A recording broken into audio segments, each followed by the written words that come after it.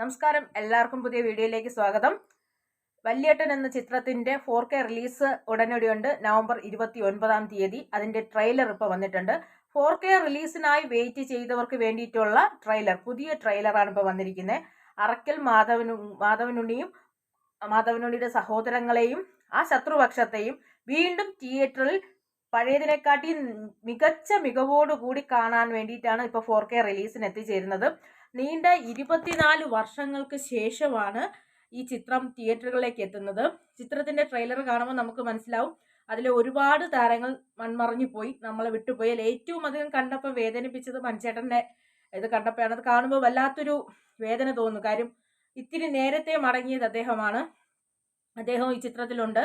അപ്പം നമ്മുടെ ആ കാലത്തെ സുന്ദരിയായ എല്ലാവരുടെയും മനം കവർന്നുകൊണ്ടിരുന്ന നടിയായ ശോഭനയാണ് ഈ ചിത്രത്തിലെ പ്രധാന നായിക വേഷം ചെയ്യുന്നത്.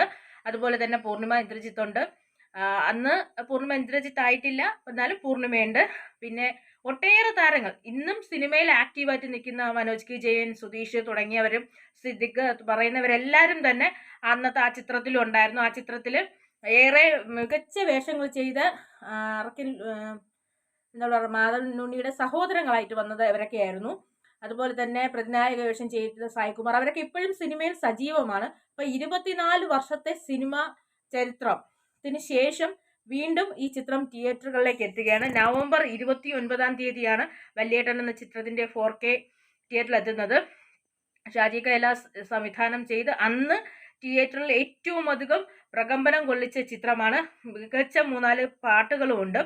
ചിത്രത്തിന്റെ ട്രെയിലർ വളരെയധികം മനോഹരമായിരുന്നത് മാത്രമല്ല, ഈ നമ്മളെ മൺമറഞ്ഞു പോയ താരങ്ങൾ, ഒരു കലാകാരൻ എന്ന് പറയുമ്പം നമുക്ക് ഏറ്റവും കിട്ടുന്ന ഭാഗ്യം എന്ന് വെച്ച് കഴിഞ്ഞാൽ അവർ പോയാലും അവരിവിടെ എക്സിസ്റ്റ് ചെയ്യും.